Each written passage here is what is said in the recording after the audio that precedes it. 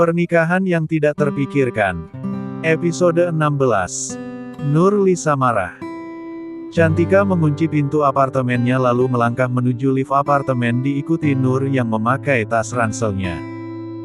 Mereka berdua keluar dari lift menuju parkiran apartemen. Nur dan Cantika masuk ke dalam mobil lalu menuju ke perusahaan Arebeon. Mobil Cantika memasuki pelataran perusahaan Arebeon. Nur turun dari mobil Cantika. Banyak pasang mata melihat Nur tampil begitu modis dan elegan. "Nur," panggil Cantika dari dalam mobil. Sedikit membungkuk, melihat Cantika di dalam mobil. "Ya Mbak. Kamu selesai survei langsung balik ke kantor kan?" "Iya Mbak." Nur mesti rapat sama tim. "Emang ada apa Mbak?" "Sebelum kamu ke kantor, kamu ke panti asuhan dulu ya buat ngasih ini." "Mbak nggak sempat soalnya." Cantika memberikan amplop dengan cek berada di dalamnya. "Oke Mbak, entar Nur ke sana." "Makasih ya Nur, Mbak pergi dulu ya." "Be careful ya Mbak," kata Nur. Amplop yang diberikan Cantika dimasukkannya ke dalam tas. Tampilan Nur begitu memukau dengan high heels menghiasi kaki jenjangnya. Nur memasuki perusahaan Arebeon lalu menuju ke meja resepsionis. "Pagi Mbak," sapa ramah Nur. "Selamat pagi Nona, ada yang bisa kami bantu?" tanya resepsionis pertama. "Saya Nur dari Pearl Stars ingin bertemu dengan Tuan Herdi," kata Nur. "Mohon ditunggu sebentar ya Mbak," salah satu resepsionis menghubungi Herdi. Nur berdiri di depan front desk menunggu info dari resepsionis.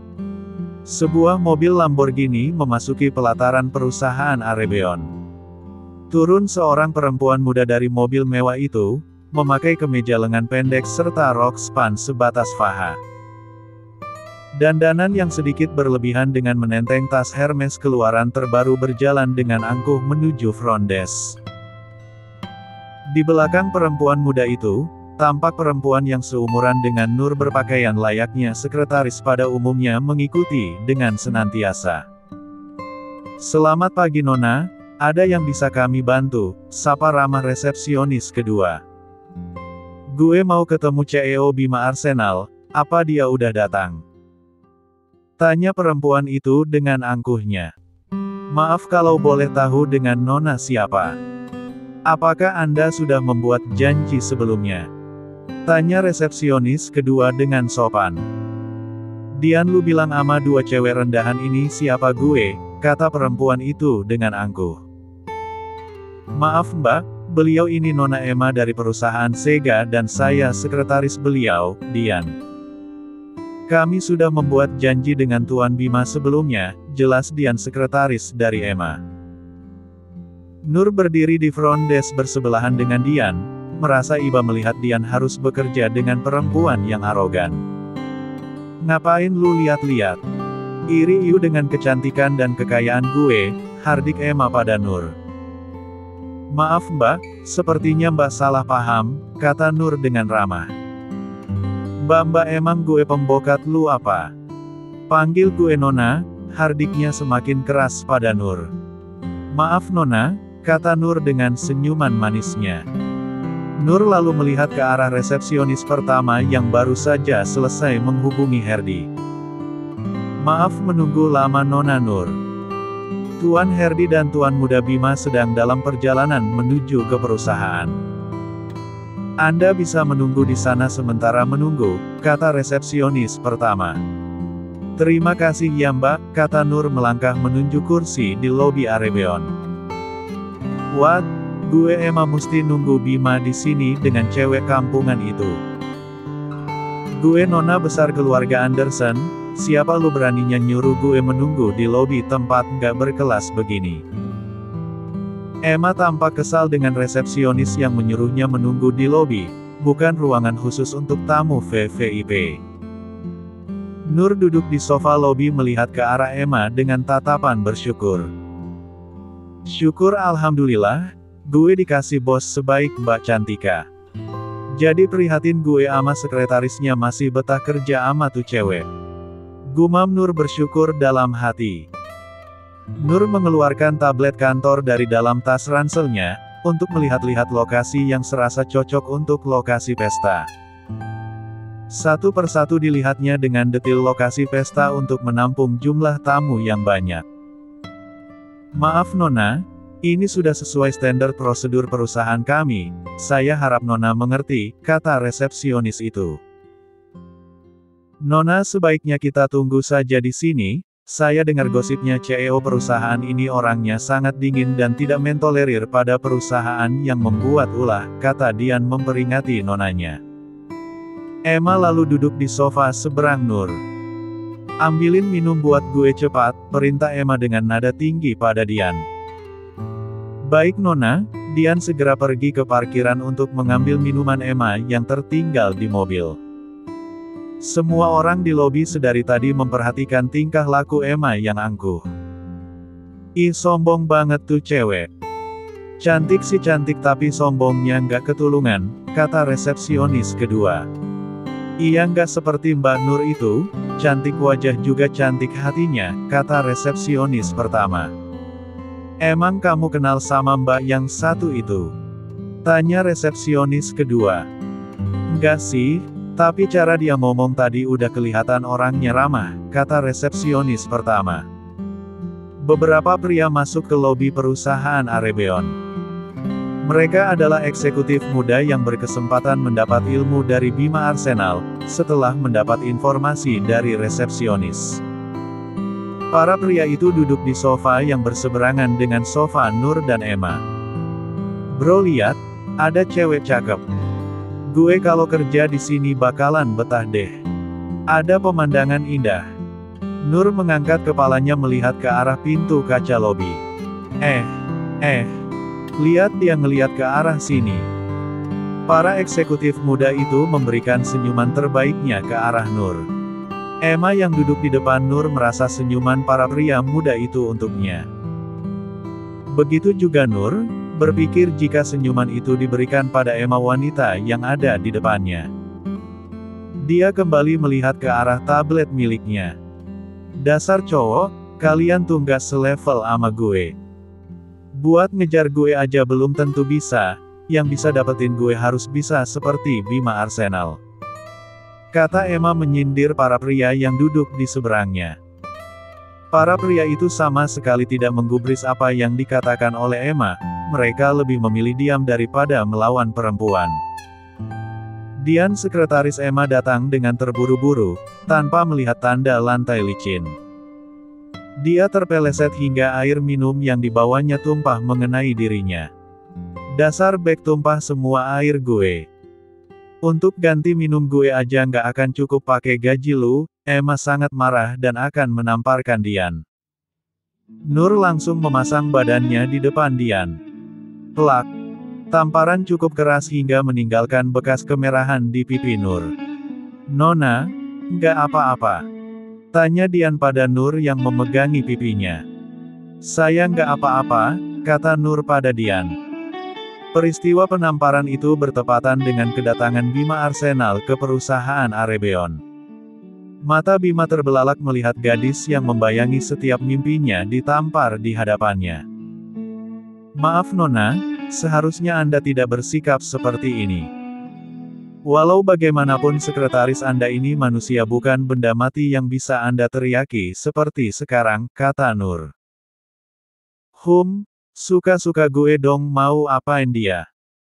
Lu siapa? Dari pakaian lu jelas aja lu orang miskin yang nggak tahu diri, hina Emma pada Nur. Saya memang orang miskin, tapi bagi saya lebih baik miskin harta daripada miskin hati nurani dan menjadi sombong seperti Anda, kata Nur. Apa lu bilang?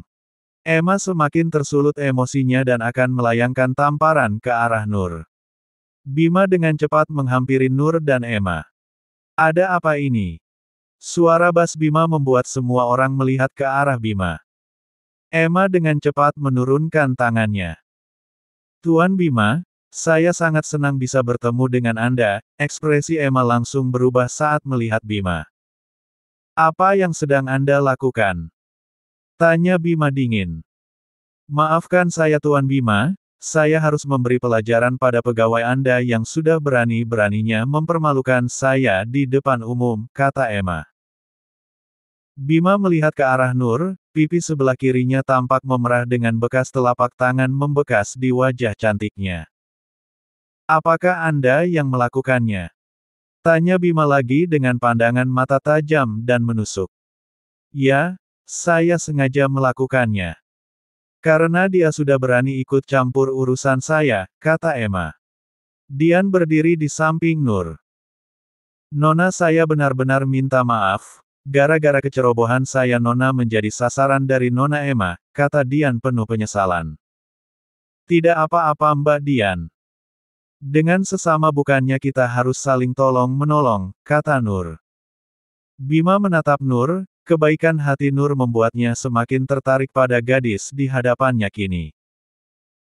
Tuan Bima, sepertinya pegawai Anda ini harus diberi pelajaran. Sebaiknya Anda pecat saja dia, kata Emma penuh emosi. Kenapa harus saya pecat? Tanya Bima pada Emma. Dia sudah sangat kurang ajar dan berani menantang saya, kata Emma angkuh. Semua orang yang hadir di sana mulai berbisik akan keangkuhan Emma.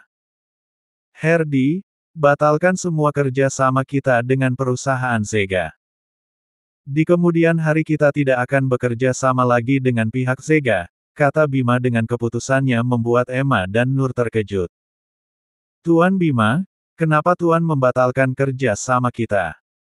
Selama ini bukankah semuanya baik-baik saja? Emma sama sekali tidak bisa menerima keputusan Bima. Dengan sikap Anda seperti ini sudah bisa menjadi alasan yang tepat bagi saya membuat keputusan ini dan juga Nona ini bukanlah pegawai Arebeon Corp. Nona ini adalah tamu penting saya dan Anda telah berani meletakkan tangan Anda pada Nona ini. Jelas Bima. Hati Nur terasa nyeri saat Bima hanya menganggapnya tamu penting. Dia merasa sedikit kecewa mendengar langsung dari mulut Bima. Apa jadi dia bukan pegawai di sini? Tanya Emma terbata-bata. Benar Nona Emma, Nona ini adalah tamu Tuan Muda Bima dan Anda telah menyinggungnya, kata Herdi.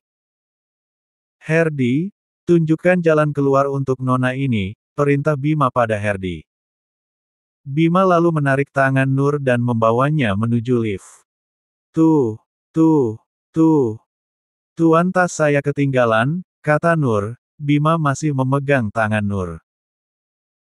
Bima menautkan jari jemarinya ke jari-jari lentik Nur, dia berhenti di depan lift lalu menekan tombol lift menuju kantornya. Bima sengaja melakukannya agar Nur tidak melepaskan tangannya. Kamu ambil semua barang-barang Nona ini dan antar ke kantor saya, perintah Bima pada salah satu bodyguardnya. Tuan bisakah Anda? Anda melepaskan tangan saya, kata Nur. Ting. Pintu lift terbuka, Bima tanpa menjawab keinginan Nur langsung menariknya masuk ke dalam lift.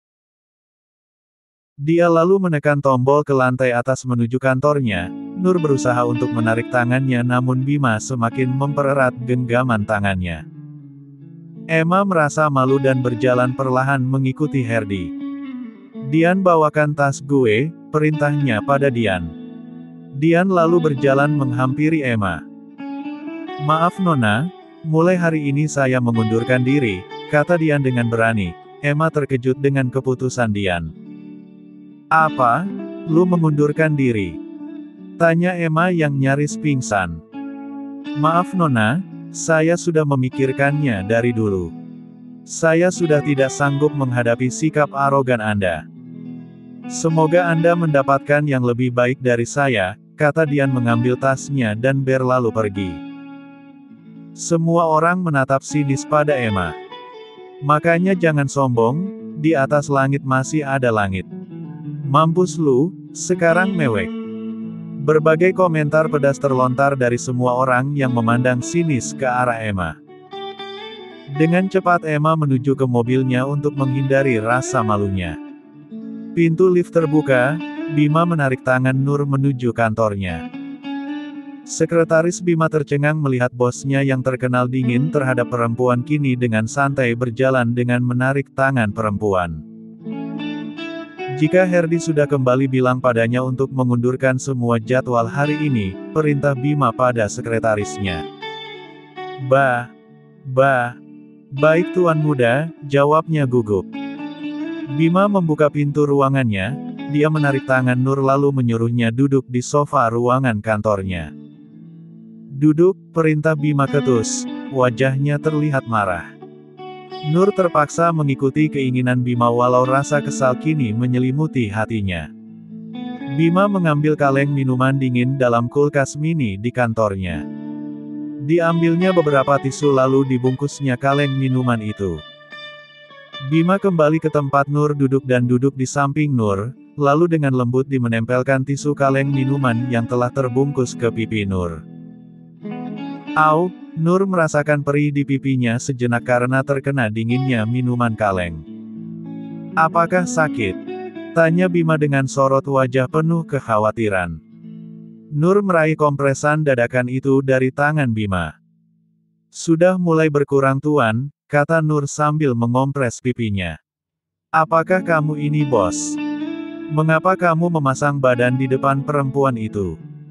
Tidak tahukah kamu seberapa khawatirnya aku? Bima begitu kesal mengingat kejadian tadi.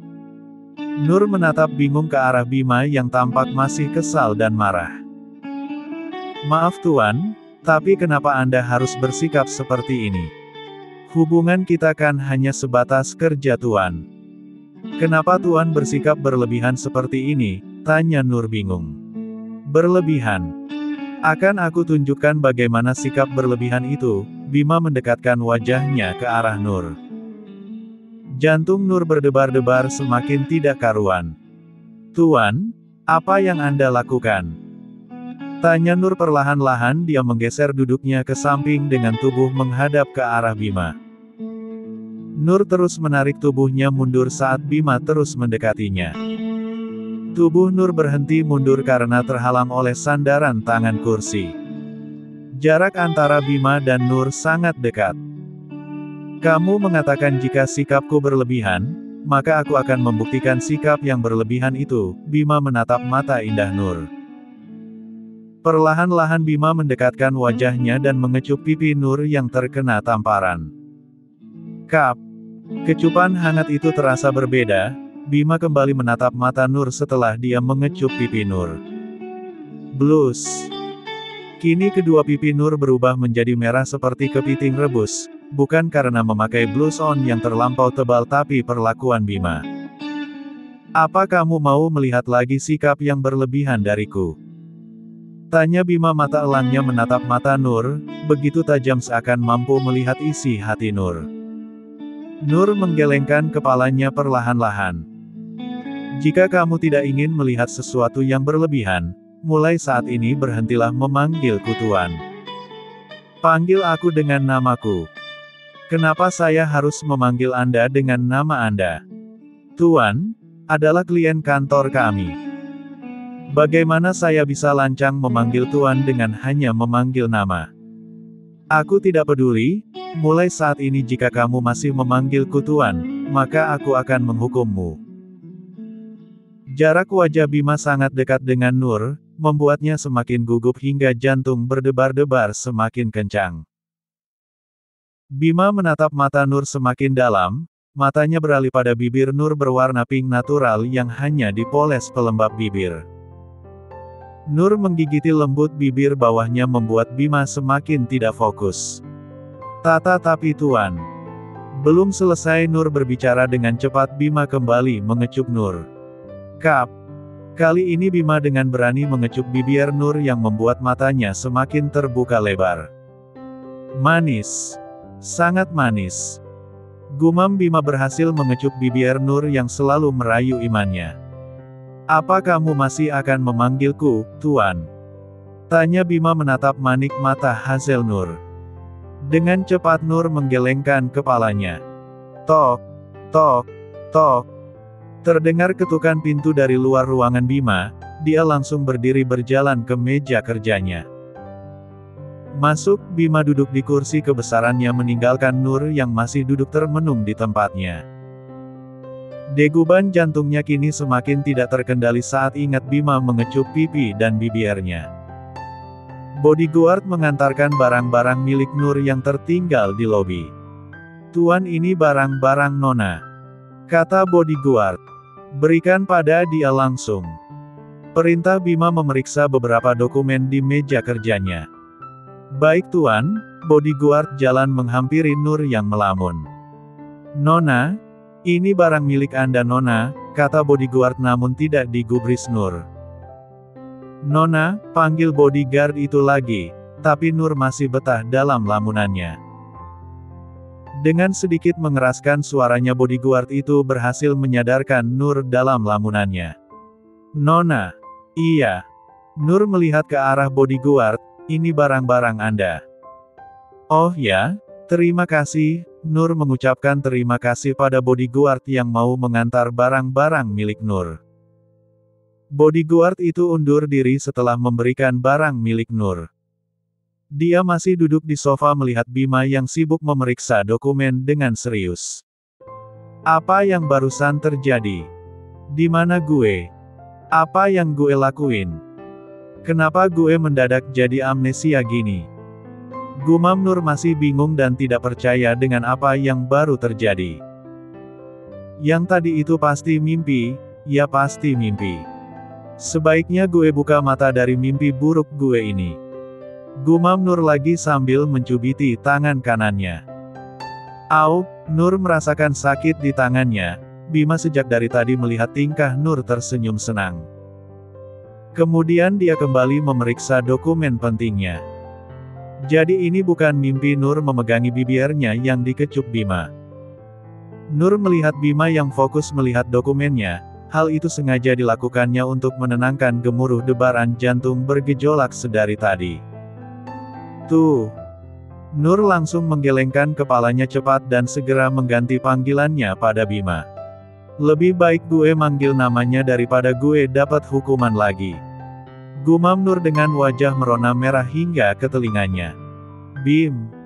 Bima," panggil Nur disambut baik oleh Bima dengan senyuman manis darinya. Bima meraih paperback kecil di laci meja kerjanya. Dia bangkit dari kursi kebesarannya menghampiri Nur dan duduk kembali di samping Nur. "Ini milikmu?" Bima memberikan paperback kecil itu pada Nur dengan pandangan kebingungan. "Bukalah," kata Bima lembut. Nur membuka paperback di tangannya dan mengeluarkan isinya. Sebuah smartphone terbaru yang segelnya sudah terbuka. Nur menatap ke arah Bima dengan tatapan penuh tanda tanya. "Mengapa Anda memberikan saya ponsel ini?" "Saya masih memiliki ponsel dan masih dalam perbaikan," kata Nur gugup.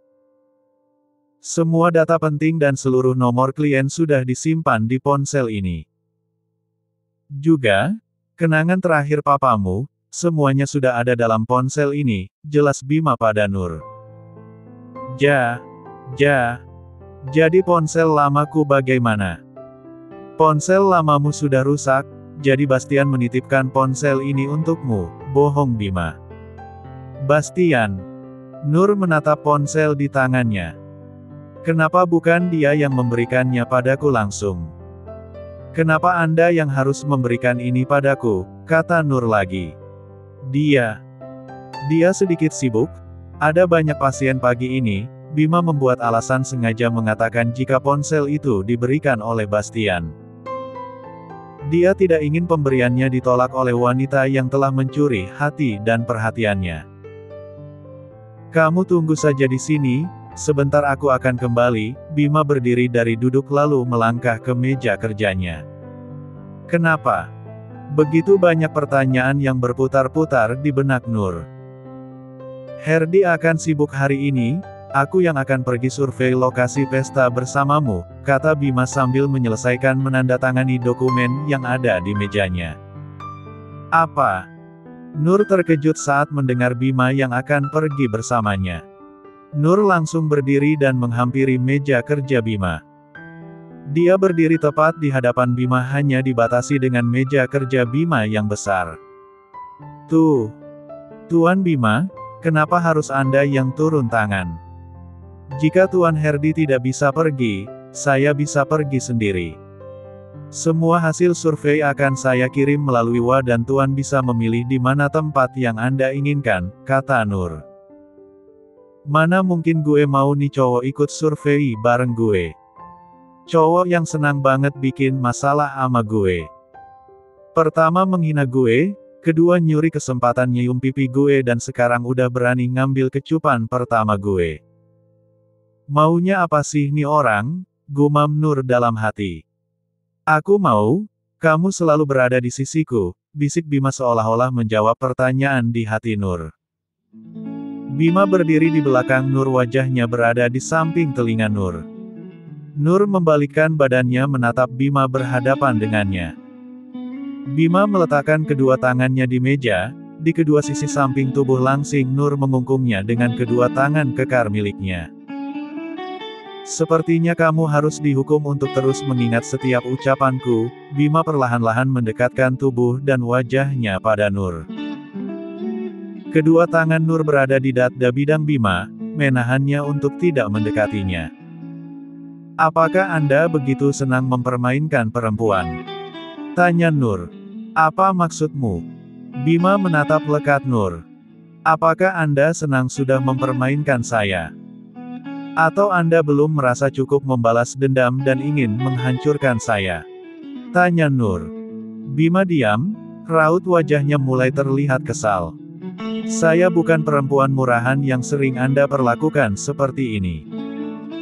Saya bukan mainan yang bisa Anda permainkan dengan sesuka hati Anda, kata Nur begitu menusuk membuat Bima tersinggung. Bersambung.